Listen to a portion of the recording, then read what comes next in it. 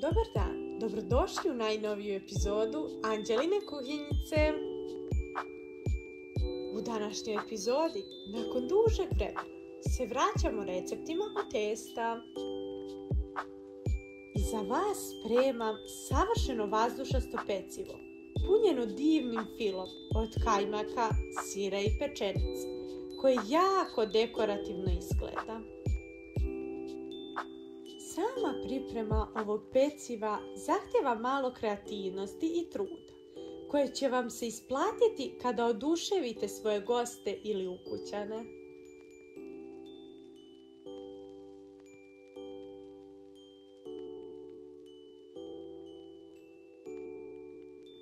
Prije nego što nastavimo, ne zaboravite da lajkujete ovaj video i ukoliko niste, zapratite kanal. Od sastojaka nam je potrebno za testo 500 g brašna, jedno jaje, 50 ml ulja, 100 ml vode, 150 ml mlijeka, jedan kvasac, kašičica šećera i kašičica soli. Za fil 100 g pečenice, jedan belanac, žumanac ćemo ostaviti za premazivanje, 2 kašike pavlake i 1 kašika kajmaka. Za početak ću u zagrijano mlijeko staviti kašičicu šećera, a potom izmrviti 1 kvasac.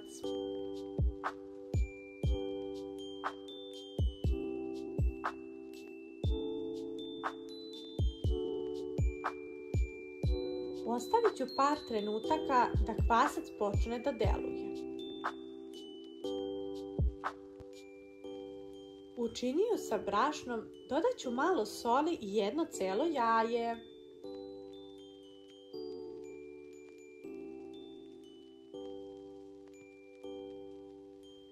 Zatim ću sipati ulje i vodu i sve malo promešati.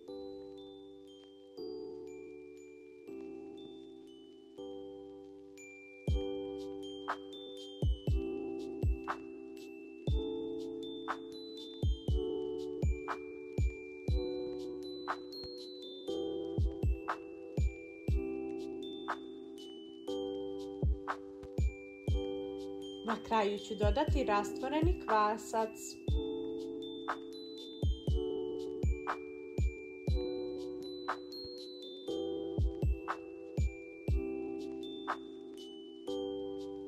Sada ću fino zamesiti testo.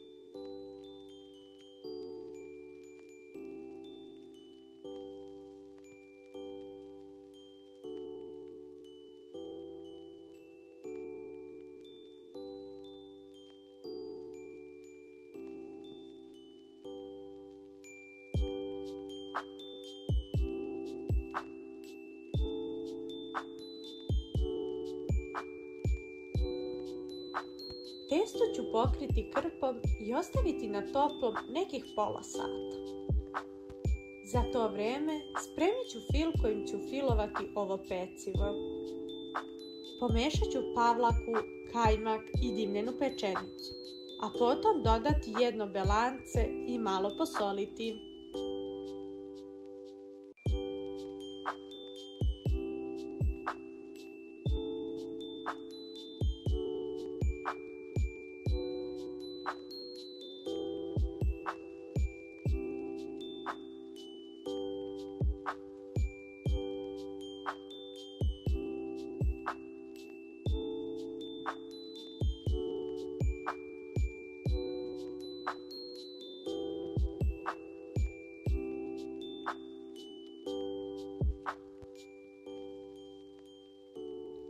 Preostalo žumance ću iskoristiti za premazivanje testa i u njega ću dodati 2 kašike ulja.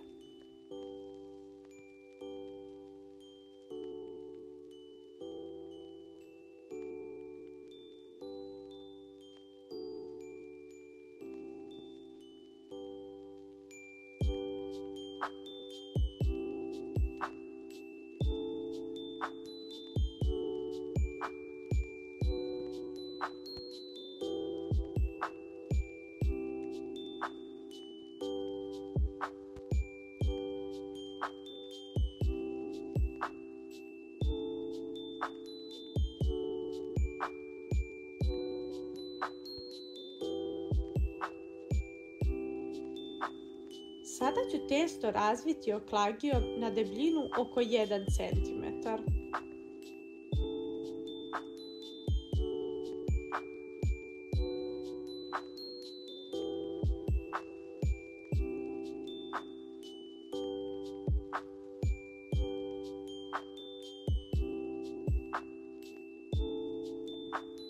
Sada ću pomoću modli izrezati testo u željeni oblik. Ja sam koristila modle u obliku cvijeta, jer će taj oblik izgledati dekorativno, a vi možete koristiti i čašu. Najprije ću svo testo izrezati velikom modlom. Polovina od toga će biti podloga, a polovinu ću da iskoristim za pravljanje ivica manjom modlom, kao što ću vam pokazati.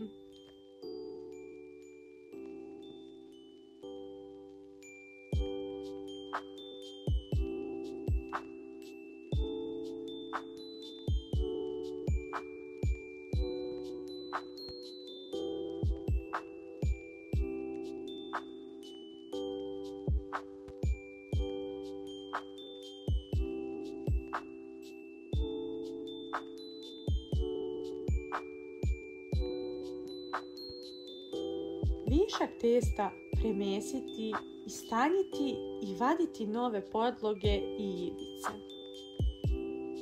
Ja sam se malo igrala sa modlama, pa sam pravila i veće i manje oblike ovog peciva kako bi bila što dekorativnija.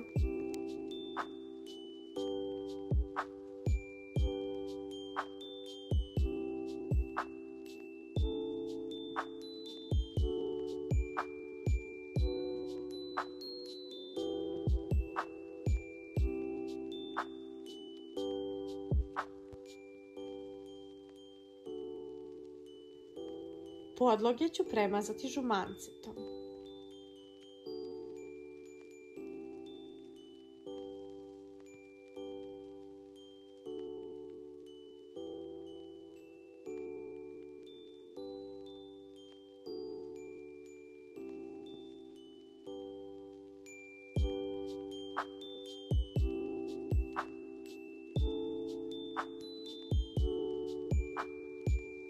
Zatim pažljivo staviti izrezanu ivicu od testa, za to će vam trebati malo strpljenja i preciznosti.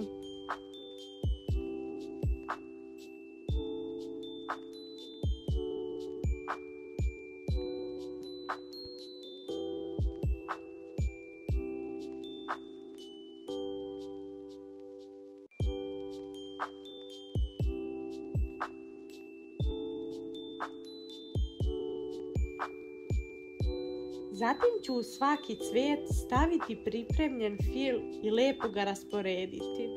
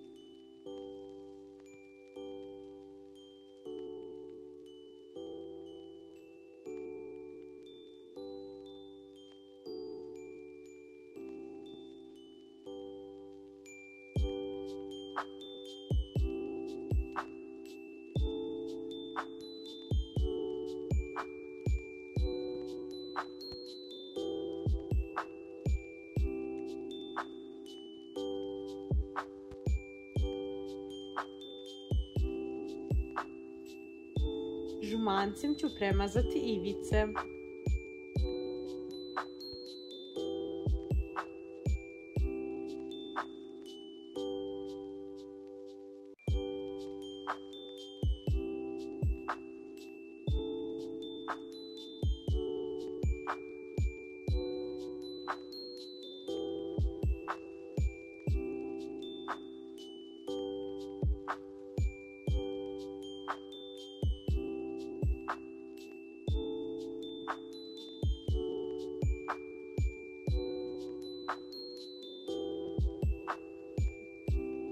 I na kraju ću posuti susa.